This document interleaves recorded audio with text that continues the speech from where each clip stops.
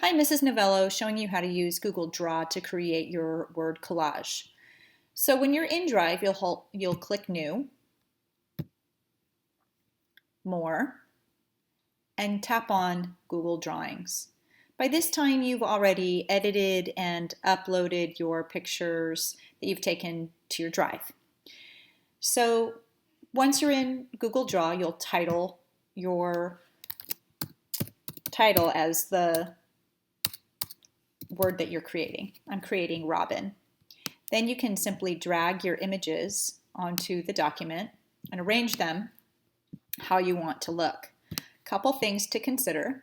You want the height of your pictures or your letters to match. You want the spaces in between the letters to be consistent. And you want to make sure that there's some variation in the letters so that each initial letter stands out. So as you're dragging your images to the page, if you notice that there's a lot of similarities in between the letters and the backgrounds or the colors, that is when you may want to go back to your camera roll.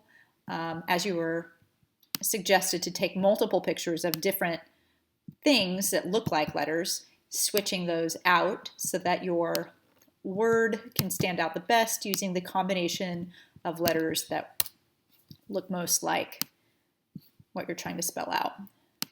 So as you can see here, I have an R, an O, this is a letter B, and this B is kind of long, so I'm going to shorten it so that all of the pictures are the same height.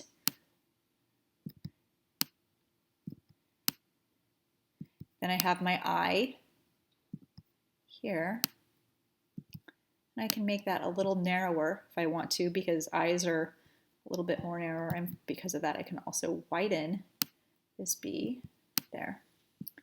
And then this was my N. Yep, not sure why it resized or it had a problem earlier. All right, so let's check. Here are all of my letters, R-O-B-I-N. Checking the spelling is important. Looking at the spacing in between each letter to make sure that that's consistent. And I see a little area here that needs to be refined.